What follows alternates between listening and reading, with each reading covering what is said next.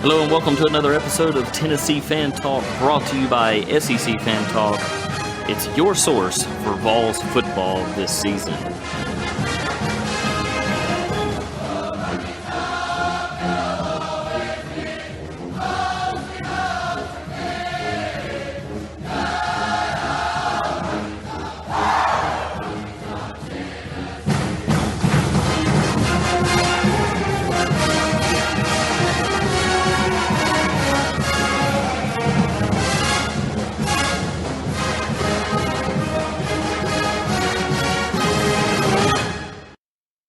So the Vols did start off as expected with a win over South Carolina, putting them at a 7-game win streak in the SEC. Fantastic for them, just rolling over and continuing on from last year. And as it was as ugly as we expected, but with some players missing, 5 or 6 freshmen got to get out on the field and make a name and show that even freshmen can be a part of a win. Today we're going to hear remarks from head coach Jeremy Pruitt about his Vols and how the game went and what he's going to change for the next one. We're going to go through the game. We're going to comment on the stats and the ranking change. Then we'll have a small chat about the SEC Week 2 opponent with the Mizzou Tigers at home. When you look at us in all 3 phases, just starting with a kicking game, I thought there was times in the game that we won the vertical field position, especially on our punt team and punt return and kickoff coverage.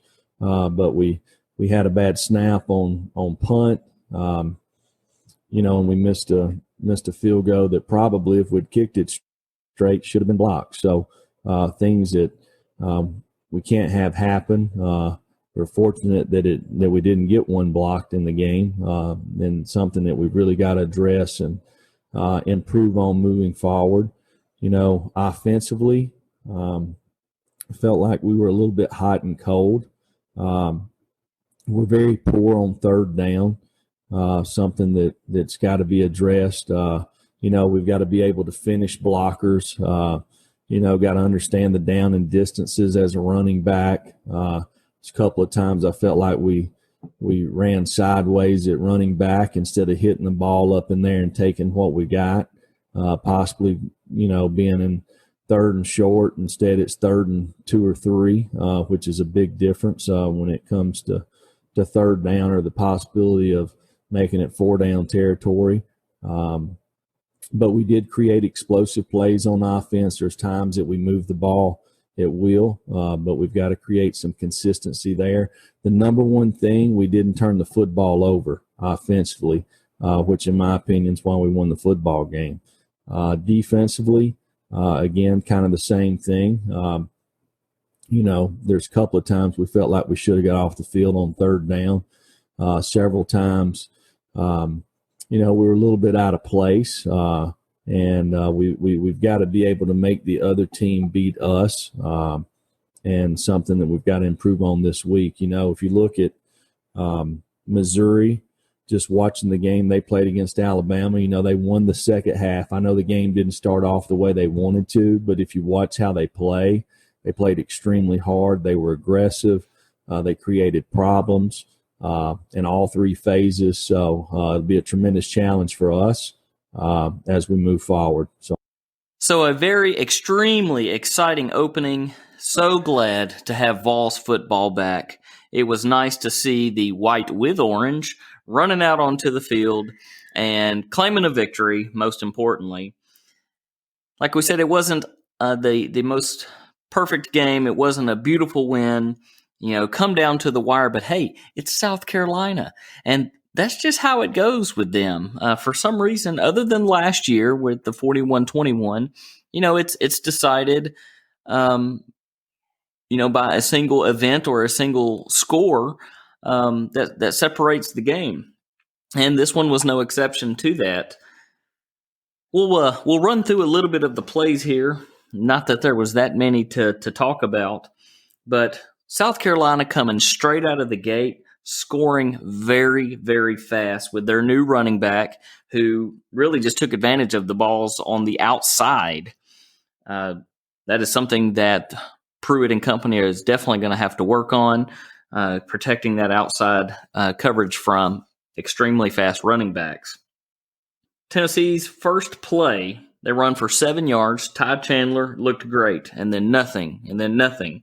And then a missed assignment by Ty Chandler leads to a sack and putting on the punt team, only for the punt team to botch. Now, we've heard that especially with special teams, Pruitt has said they have not gotten to practice. When a group of key personnel becomes available to practice, the rest of his supporting staff around him, whether it be the long snapper or just some defenders on there, they never got to practice as a unit.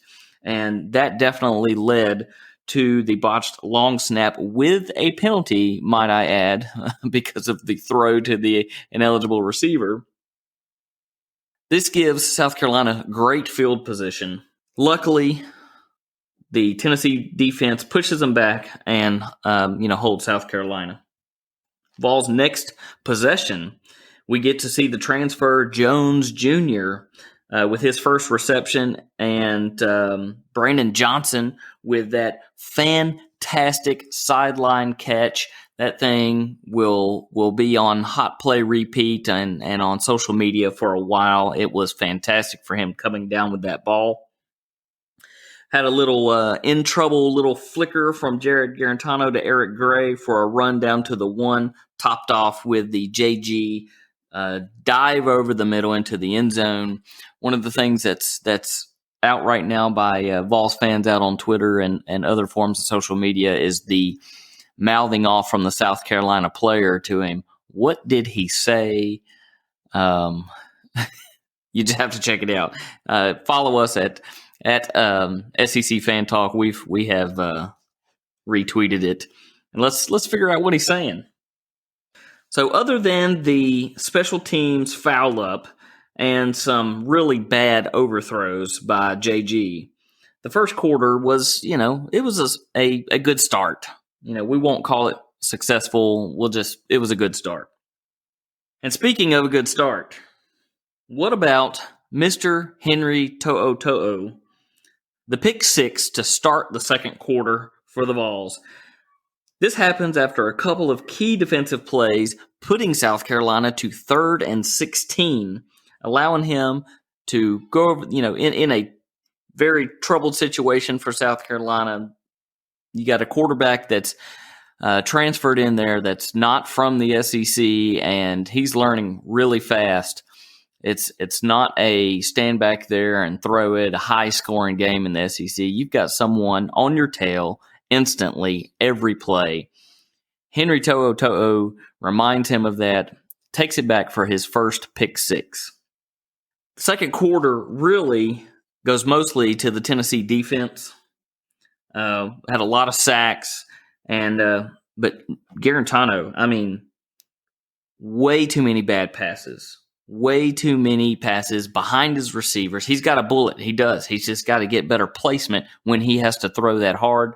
Throwing it behind his receivers or just way over their heads. And we don't have while Johnson did have that great, jump up and pull that ball in on the sideline, he doesn't have Callaway out there that could do that, every play. So ending out the first half, Tennessee only had 10 rushing yards, 127 passing yards. Not great, but what you can look at from the Vols defense is fantastic. South Carolina drives considered the first one, 75 yards and a touchdown. Fast start, it happens. And then it was a -3 yards with forcing a punt. Next possession was just 3 yards and a punt. The next one was 6 yards and an interception, followed by 24 yards and a punt, then 6 and a punt, then 14, and they let it drag down to the end of the half, and they were very lucky that they didn't end it with a fumble recovery by the Vols. So first half of football, after all of the COVID-related absences and contact tracing absences, it's what we expected. The second half, Vols get it, and it is what we said that they needed to do. Run, run, run, even by Jared Garantano with a 20-yard dash. That's one thing that, the kid has grown up, and he has seen his problems, and he's trying to deal with areas that he needs to deal with. One thing that we were kind of misled as fans was his 5-star or 4-star recruit, that he was a dual threat quarterback, and he is certainly not the runner, not even the runner that Josh Dobbs was. So it's cool to see him break off a 20-yard run. Most of those runs by Ty Chandler, and then Eric Gray to put it in for a 6 for the Vols. South Carolina started their first possession of the second half with a 40-yard bomb, a small run, and a touchdown by Shi Smith. One of the items that we've said that Tennessee needs to work on is middle field coverage. That middle linebacker needs to know when to pull off. That safety needs to know when to come forward. They absolutely killed it with Shi Smith and the middle of the field. He is a very, very talented wide receiver, and, the matchups were just in South Carolina's favor the entire game. Tennessee's next possession gets great groundwork by graduate transfer Jones Jr., but they can't convert the third down yet again. This is the third quarter, and they are 1 for 9 on third down. Mr. Automatic Brent Samaglia misses a 46-yard field goal, giving the Gamecocks fantastic field position. And South Carolina takes advantage of it, and they make it count with the touchdown. Tennessee's next possession, they get downfield, and last year's red zone problems continue. The Vols have to settle for another field goal. It's crazy that once they get in the red zone, they can't make it happen. They can get down there sometimes beautifully, but not getting 6 hurts. Start of the fourth quarter is starting out with Garantano with another overthrow, and then another, and another to push the Vols to punt. The overthrows were just all over the place. The Gamecocks have a couple of plays for positive yards, and then a stupid move by Banks to hit a player late. Keeps the defense out on the field. Luckily, the defensive stand for Tennessee, and Gamecocks didn't have to settle for a field goal. Tennessee's next possession got a handful of plays, and then Garantano bombs one to Brandon Johnson, then another 32-yard touchdown throw to Josh Palmer, putting the Vols back on top. A very aggressive Vols defense puts South Carolina on a quick 3-and-out. Vols' next possession has a drop pass and yet another high ball from Garantano, and Tennessee has to punt it from midfield. Gamecocks, you got to mention some of these penalties. You have another bonehead penalty by Banks, give the Gamecocks a new set of downs, which they take advantage of with just a long pass. The Vols defense holds them up on the 30. The Gamecocks have to settle for a 46-yard field goal, but they wouldn't be there if it wasn't for the bonehead mistakes. And I think this is Banks' third year, and that's all I can remember him for is the penalties, just the stupid penalties that he makes. Tennessee starts the final drive with some great runs, but with the Vols trying to control the clock, they kept trying to run it. It didn't make sense to me. South Carolina knew what they were doing. I get what they were doing, but they had absolute no success. It was loss of yards. Gray couldn't get anywhere. It made them punt from the 30. Like, I understand, I get the controlling the clock aspect of it, and JG's arm hasn't been great, and he was due for an interception at any point in time. But some sort of trickery, something, Chaney's a brilliant offensive coordinator. Something else could have been done. But as we know, the punt worked in the Vols' favor as the ball hit a player, and Holiday jumps on it. End of ball game. Vols enter the victory formation and close it up. Like we said, wasn't pretty. Jared Garantano was 19 for 31, 259 yards, 132 yards of that in the second half. Vols did cover the spread, and as usual for this game, like we say, it's always close. Looking at the stat sheet shows a pretty even game. We had 394 total yards for Tennessee, 379 for South Carolina, 261 passing yards for Tennessee, 290 for that transfer quarterback for South Carolina, 133 rushing yards versus 89 yards, 21 and 22 first downs, respectively. Penalties were equal as well. It's they play each other very, very equally, and it always comes down to the end. The big improvements that are a must need for next week is Garantano's arm. Hopefully, it was just first game jitters. They look back. They had a lot riding on their play. I mean, even Tennessee fans were, don't do what they did last year. Let's not start off, with an L. Hey, it's not Georgia State. He's got to have better than a 1-11 third down conversion. And of course, the first two downs are what makes up what you have to do on third down. So they have to work on that. They have to work on running a little bit more. I mean, that we didn't have the yardage that we should. Now, we had a few players out, but every big bust open was behind Mr. Trey Smith, who is fantastic. I'm so glad that he decided to come back. Now that we've gone on through the game, we need to comment about the ranking change. Tennessee entered preseason ranked 25th, as a couple of the other conference games were going on. SEC hadn't started yet. Tennessee was moved up to 16th.